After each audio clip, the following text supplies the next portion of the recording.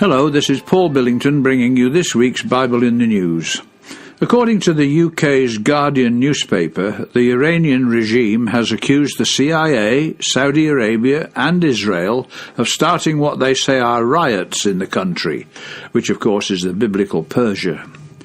American efforts to win UN Security Council backing for a tough line against the Iranian leadership in the wake of this week's protests came unstuck after Russia accused Washington of seeking to undermine Iranian sovereignty by convening an emergency UN session on Friday.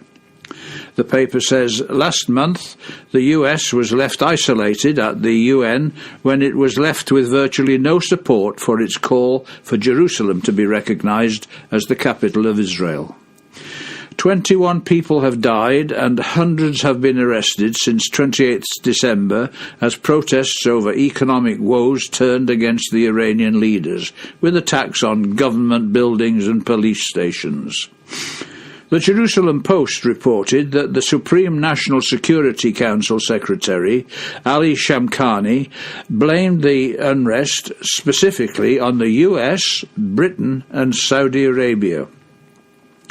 As it enters its 40th year, the Islamic Revolution is running out of fuel and the Iranian regime is living on borrowed time, the paper said.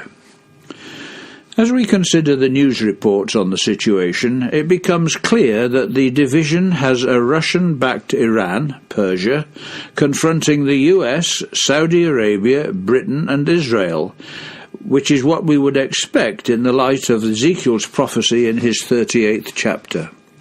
The word of the Lord came unto me, saying, Son of man, set thy face against Gog, the land of Magog, the chief prince of Meshech and Tubal, and prophesy against him. Persia, Ethiopia and Libya with them, all of them with shield and helmet. Verses 1, 2 and 5.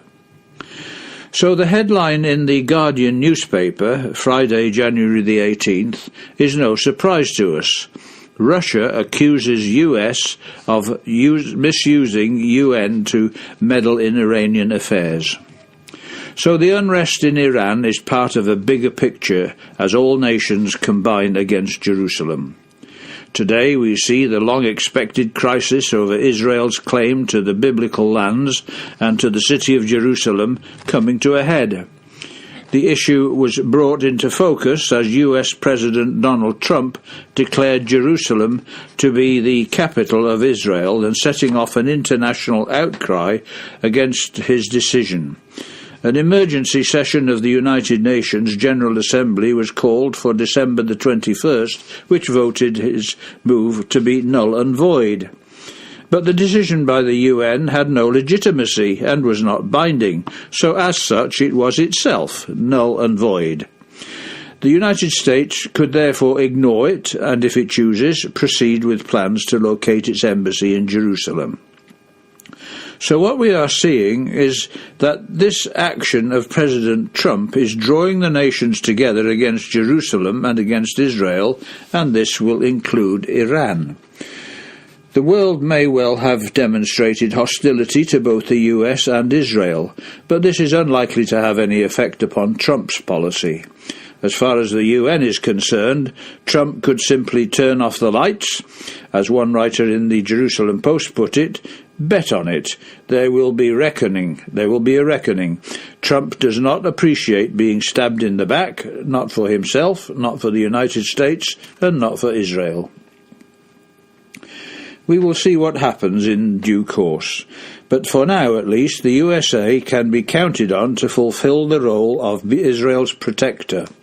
Trump is already moving to cut funding to the Palestinians and to sections of the UN. This is, of course, the work of an unseen hand controlling the affairs connected with Israel and the land.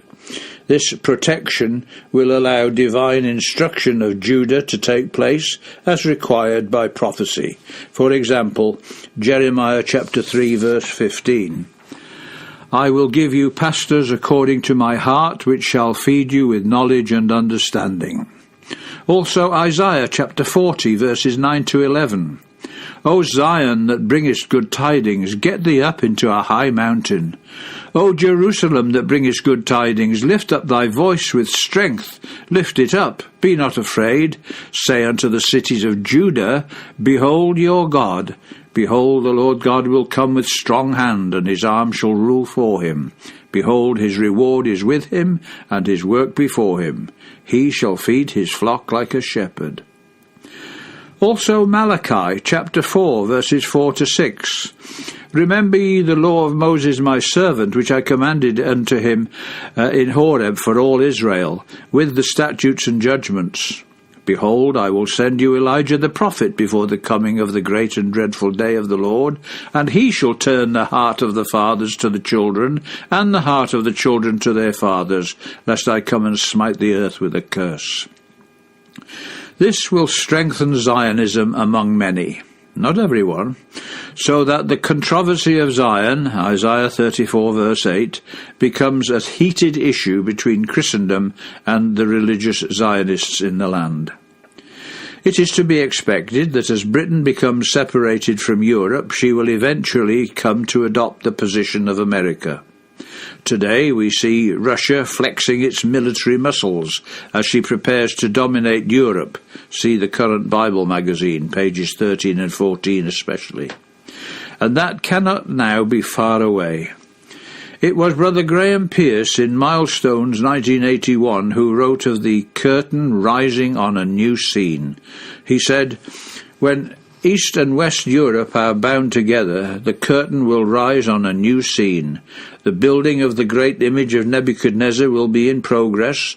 The fourth beast of Daniel will be recreated, with its little horn of the papacy speaking great things and preparing to challenge Christ and the saints. America will be separated. Britain will be isolated on the edge of a hostile continent. Events may move slowly or quickly, we do not know, but we shall have no excuse that the Master's coming has caught us as a thief in the night. Today we see America being separated, for the whole world is against her because of her support for Israel. The indication of prophecy is that this will continue, although it will not deter the Russian Gog from his determination to come against the mountains of Israel. Join us again next week on www.bibleinthenews.com.